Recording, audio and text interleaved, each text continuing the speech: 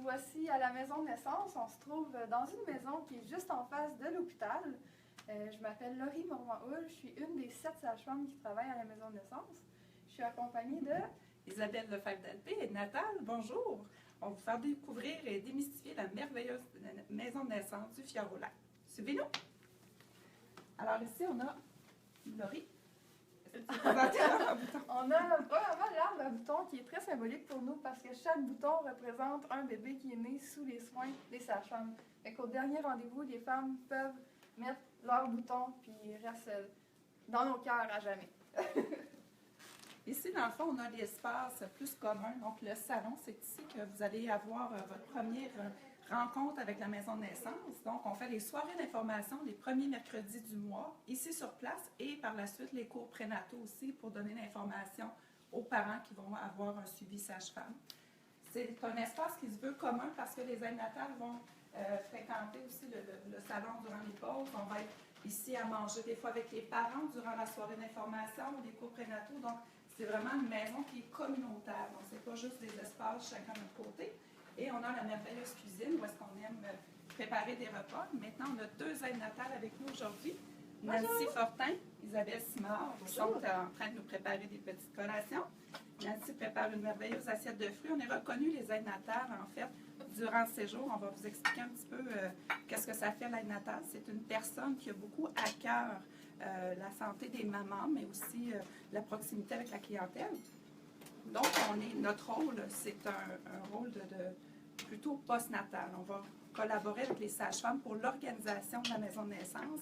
Puis, une fois durant la naissance, on va être à l'extérieur de la chambre pour nous assurer de répondre aux besoins de la sage-femme si jamais elle avait besoin. Ensuite, la sage-femme quitte à peu près 3 heures après la naissance de l'enfant. Et puis, c'est l'aide natale qui va rester avec la famille en séjour jusqu'à peu près 24 heures après. Donc, on prépare avec eux les repas et tout ça. On vous accompagne durant, si vous avez des questions, par exemple, par rapport au bébé ou à la maman. Alors là, on va se diriger vers le haut, qui est l'étage des consultations. Donc là, où est-ce que le suivi sage-femme va se faire? C'est Laurie qui va nous expliquer un petit peu c'est quoi le rôle de la sage-femme durant les premiers rendez-vous. On va monter en haut. Ici, il y a les photos de tous les employés qui sont passés à la maison de naissance.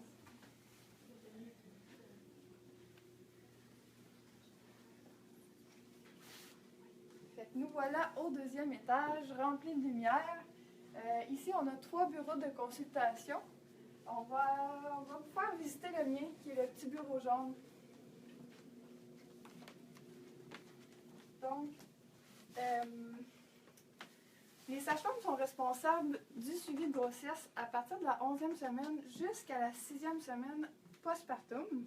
Chaque rencontre dure environ 45 minutes parce qu'on prend le temps de répondre aux questions puis de vraiment préparer comme il faut les femmes pour un accouchement naturel. Fait qu'on a le lit où on peut bien faire les paramètres cliniques, comme écouter le cœur du bébé puis donner des explications plus précises aussi. Voilà, on va se diriger en bas vers les chambres de naissance. Le suivi sage-femme, c'est vraiment un suivi personnalisé. On est là pour vous accompagner dans vos choix, selon vos valeurs, puis les choix que vous voulez faire pendant votre grossesse, puis pendant l'accouchement, puis le postpartum.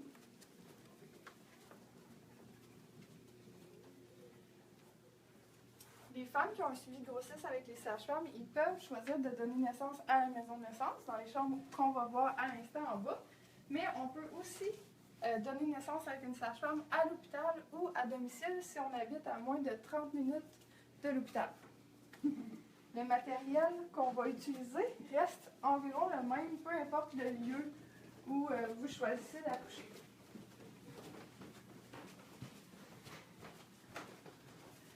Les sages-femmes, on a une formation de 4 ans et demi à l'Université de Trois-Rivières. Puis on a une formation avancée en réanimation néonatale, puis on a tout l'équipement nécessaire si jamais un bébé avait de la difficulté à la naissance à faire sa transition. C'est notre table de réanimation qui est présentement un petit peu à l'envers, mais bien prête quand même. Puis on va se diriger dans la première chambre, qui est la chambre blanche. Chaque Non, chaque chambre a vraiment sa propre énergie, ses couleurs, puis à peu près le même matériel. On a toujours le bain qui peut servir pour les femmes. Ils peuvent faire une partie du travail dans le bain, puis la plupart du temps, ça diminue beaucoup l'intensité de la douleur, mais ça n'empêche pas que les contractions soient efficaces. On peut même, ici à la maison de naissance, donner naissance dans le bain. Il y a l'écharpe aussi qu'on utilise parfois pour faire différentes positions pendant les contractions, faire des mouvements de bassin pour aider le bébé à bien se positionner puis à bien descendre. Ça peut aussi servir à faire plus de la suspension pour laisser de l'espace au bébé. Il y a le lit où la femme peut se mettre dans la position qu'elle désire. Instinctivement, une femme qui accouche naturellement va être portée souvent à se mettre plutôt à quatre pattes ou sur le côté plutôt que sur le dos. Il y a le fameux ballon qui est notre bon ami en accouchement aussi, comme par exemple pour faire cette position-là, puis continuer à être en mouvement tout le long de l'accouchement. Il y a le banc de naissance qui est aussi pratique pour prendre des contractions, un peu comme si on était assis sur la toilette. On a la gravité qui nous aide, puis en même temps, c'est relax pour les jambes. Dans chaque chambre, il y a aussi une salle de bain privée avec une toilette. On a essayé que dans les chambres, il y ait vraiment, dans le fond, le souci de garder l'intimité le plus possible. Comme je vous ai dit à quelques reprises, les sages-femmes ont fait le suivi des femmes en santé puis qui veulent un accouchement naturel, donc on n'utilise pas la péridurale. Par contre, on utilise des moyens alternatifs. On peut voir ici notre petite armoire à remèdes alternatifs. Isabelle, veux-tu nous parler de ces deux pièces-là? Donc, si jamais je vous rappelle, vous avez des questions durant la vidéo en direct, je vous demanderai de les poser, ça va nous faire plaisir d'y répondre. Alors ici, je rentre plus dans les aires des aides natales, c'est-à-dire là où est-ce qu'on va nettoyer, préparer le matériel après l'accouchement, par exemple. Puis, c'est souvent dans ces aires-ci qu'on va se trouver durant le séjour. En tout temps, les parents peuvent nous rejoindre, par contre, même si on n'est pas directement auprès d'eux, il y a tout le temps quelqu'un dans la maison.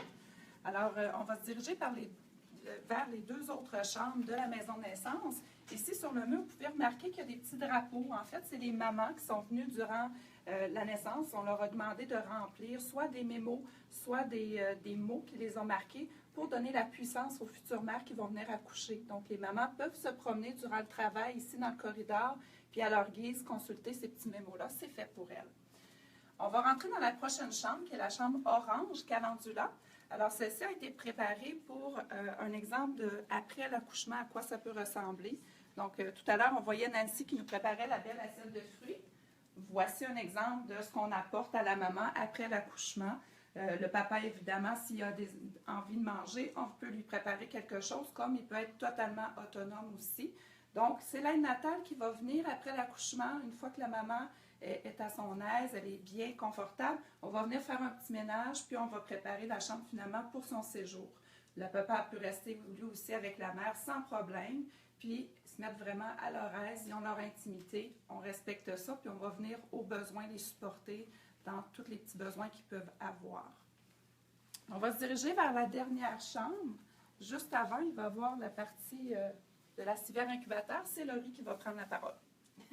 Mais ici, on a la civière incubateur qui nous permet de transporter les nouveau-nés si jamais on a besoin de faire un transfert à l'hôpital pour ceux qui ont plus de difficultés à respirer, par exemple. Les transferts, ça peut faire partie d'un suivi sage-femme. C'est dans la minorité des cas.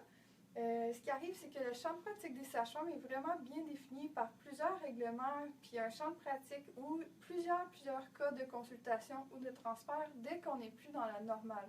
Notre rôle, c'est on est les spécialistes des femmes en santé qui ont un accouchement normal, puis on est les spécialistes pour se rendre compte quand on n'est plus dans la normale, dans le physiologique.